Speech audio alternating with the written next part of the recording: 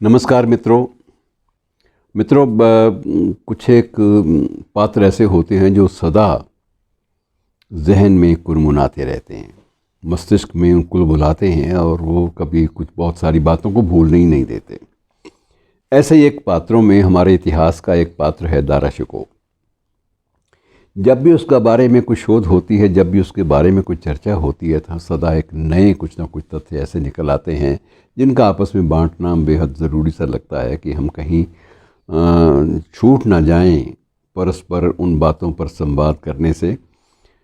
संवाद की औचित्य, उस संवाद का औचित्य मित्रों एक ही है कि वर्तमान हमारे परिवेश में जिन विवादों की चर्चा प्रतिदिन हम सुनते हैं, उनके संदर्भ में इसको समझा जाना और इसको सामने रखकर कुछ एक बातों के ऊपर मनन करना, चिंतन करना बेहद ज़रूरी लगता है।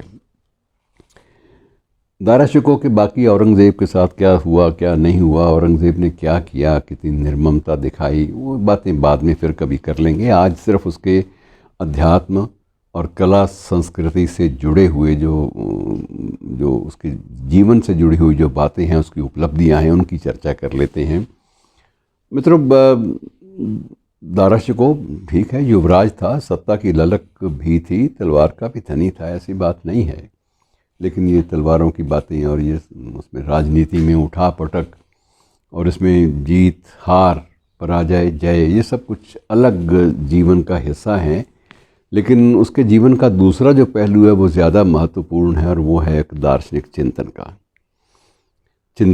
दार्शनिक चिंतक का पहलू। तो वो मैं समझता हूँ कि उसके मन में हमेशा एक बात रहती थी दारा शिकोह के, जितना भी हम उसके बारे में बारीकी से पढ़ते हैं या शोध की ओर जाते हैं, उसके मन में हमेशा एक ललक रहती थी कि जैसे भी हो सके वेदांत और सूफीवाद दोनों के बीच में बहुत कुछ ऐसा साझा है जिस पर चर्चा होनी चाहिए। वो इस बात का बड़ा कायल था और इस बात को लेकर उसकी अध्यात्म चर्चा के दो पहलू थे। एक पहलू में या एक पक्ष में वो मियाँ मीर साहब से, जो कि बहुत बड़े सूफ़ी दरवेश माने जाते रहे हैं लाहौर में, उनसे घंटों उसकी चर्चा होती और मियाँ मीर भी बड़े शौक़ से, बड़े चाव से उसके साथ चर्चा में शिरकत करते, शामिल होते। बहुत सारी बातें अपने मुंह से मियाँ मीर बहुत कम बोला करते थे, बहुत कम, सिर्फ सार की बातें तब करना इन लोगों का काम था, चिल्ले चढ़ाना और तब करना। तो ये लोग अलग किस्म के लोग थे, सूफ़ी लोग जो थे।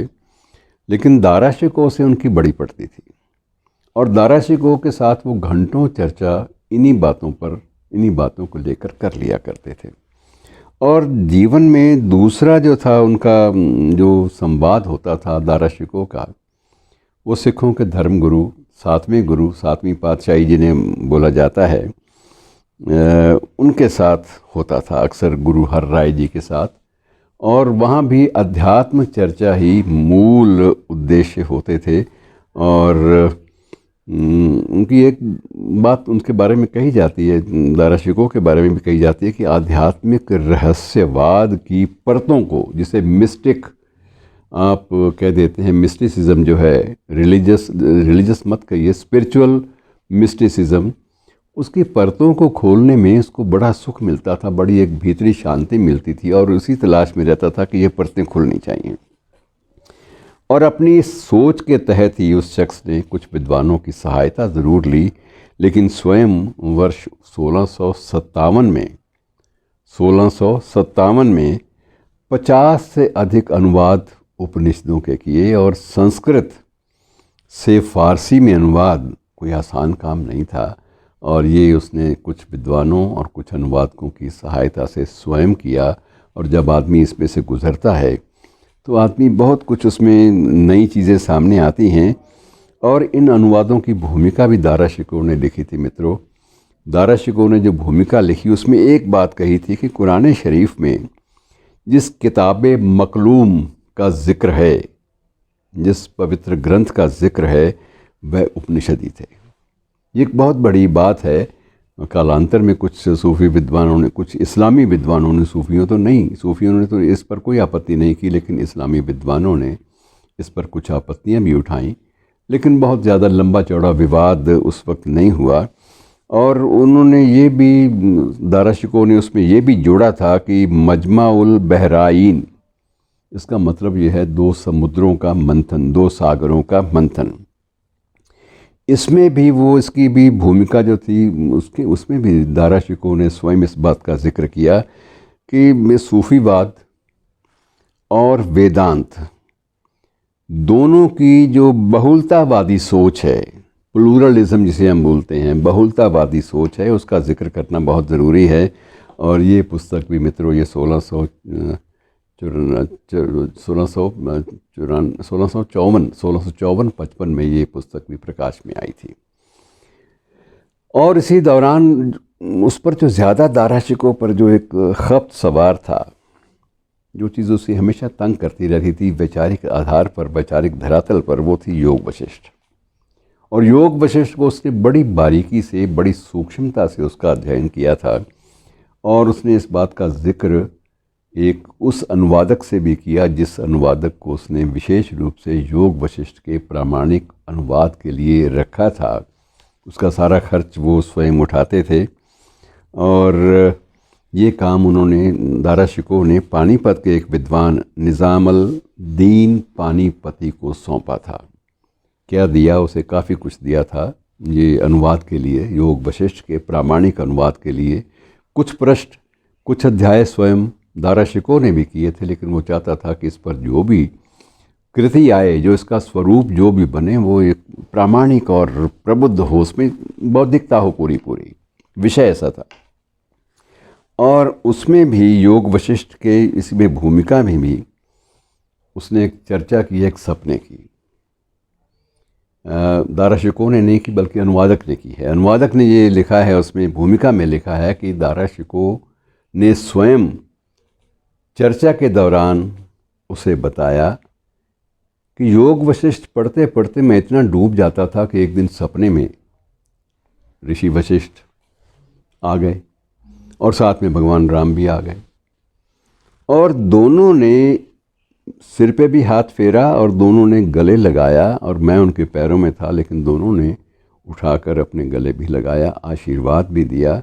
और मुझे लगा, दारा शिकोह उसमें बताते हैं अनुवादकों कि मुझे लगा कि जैसे ये दोनों विभूतियाँ भी मुझसे कुछ मांगती हैं, मुझसे कुछ विश्लेषण मांगती हैं इन चीज़ों का। और मैं उस विश्लेषण की तलाश में योग वशिष्ठ की सभी सूक्ष्म बातों का अध्ययन करने और उन्हें फ़ारसी में प्रस्तुत करने के लिए दीवाना हो गया। और दीवानगी इस हद तक हो गई, दीवानगी का मकसद दारा शिकोह ने स्वयं भी स्पष्ट किया था। ये मकसद एक ही था कि ये चीज़ें इस्लामी विद्वानों के पास भी पहुँचें और वो भी चर्चा करें इस पर। जहाँ कहीं कोई साझा धरातल या साझी धरा मिल सके, उसे तलाश लेना चाहिए। और उस पर अगर सर्वानुमति बनती है तो पूरी मानव जाति के लिए, पूरी सृष्टि के लिए, पूरी वसुधा के लिए एक कुटुंब का माहौल सही मानों में पैदा हो जाएगा। मित्रों, ये सारी चीज़ों को दारा शिकोह ने एक लाइब्रेरी की स्थापना भी की थी। आपको अच्छी खबर लगेगी, उसके आधार पर आप कुछ प्रामाणिक बातों की तलाश भी कर सकते हैं। तो दारा शिकोह की ये लाइब्रेरी आज भी विद्यमान है। जिस भी अवस्था में है उसकी अब उसको दोबारा फिर से नए सिरे से उसकी पुरानी गरिमा को बहाल करने का काम हमारा देश का जो स्थापत्य विभाग है हमारे देश का, वो कर रहा है। पुरातत्व विभाग वो इस बात का प्रयास कर रहा है कि उसके मूल स्वरूप को, उसकी मूल गरिमा को बनाए रखा जाए। और वह लाइब्रेरी मित्रों इंद्रप्रस्थ में श्री गुरु गोबिंद सिंह के नाम से बनी यूनिवर्सिटी की जो कश्मीरी गेट में है, कभी आप उधर जाएं तो आप ज़रूर देखिएगा। उस पुस्तकालय में बहुत सारी पांडुलिपियाँ और बहुत सारी जो भोजपत्रों पर लिखी गई बातें हैं और बहुत सारी और अन्य सामग्री दारा शिकोह के जीवन काल में अनूदित या रचित वो आपको मिल जाएगी। और मित्रों, मैं सिर्फ ये बात कर रहा हूँ कि सिर्फ अध्यात्म और दर्शन शास्त्र का ही वो अध्येता नहीं था। उसको कला, संगीत और पेंटिंग और नृत्य, इन चारों पर भी वो अजीब पकड़ रखता था। वो पारखी माना जाता था और उन्हीं पर आधारित उसने एक संकलन तैयार करवाया था। और 1630 ईस्वी से लेकर दारा के अंत तक जितनी भी पेंटिंग्स बनी, जितनी भी कलाकृतियाँ बनी, सारी की सारी बाद में दारा की मृत्यु के बाद में उस एल्बम में सारी की सारी शामिल की गई। और बाद में ये संकलन 1641-42 में दारा शिकोह की विधवा कहना चाहिए बेगम नादिरा बानो को पेश की गई। और नादिरा बानो समझती थी कि ये एक बहुत बड़ा एक ख़जाना है जिसे छुपा कर रखना बहुत ज़रूरी है, और उसने सदा उसको सीने से लगाए रखा। और जब तक वो ज़िंदा रही उसके पास सुरक्षित रही। और उसके बाद उसकी मृत्यु के बाद तोड़ फोड़ में उसके बहुत सारे अंश जो है वो क्षतिग्रस्त भी हो गए, लेकिन जो अंश बचे हैं उनमें बीच में मित्रों उसके 2 पेज आमने सामने में हैं। 2 जो आमने सामने के पृष्ठ हैं उनमें 2 योगियों की तस्वीरें हैं, योगियों की पेंटिंग्स हैं। मतलब इस पात्र को जितना भी आप पढ़ते जाएंगे, जितना भी आगे बढ़ते जाएंगे, आपको कहीं इसका समाप्ति का कोई चिन्ह नहीं मिलेगा। इतना ज़्यादा वसी है ये इतिहास का पात्र जिस पर चर्चा पूर्वाग्रहों से मुक्त होकर इतिहासकारों द्वारा की ही जानी चाहिए। शुक्रिया।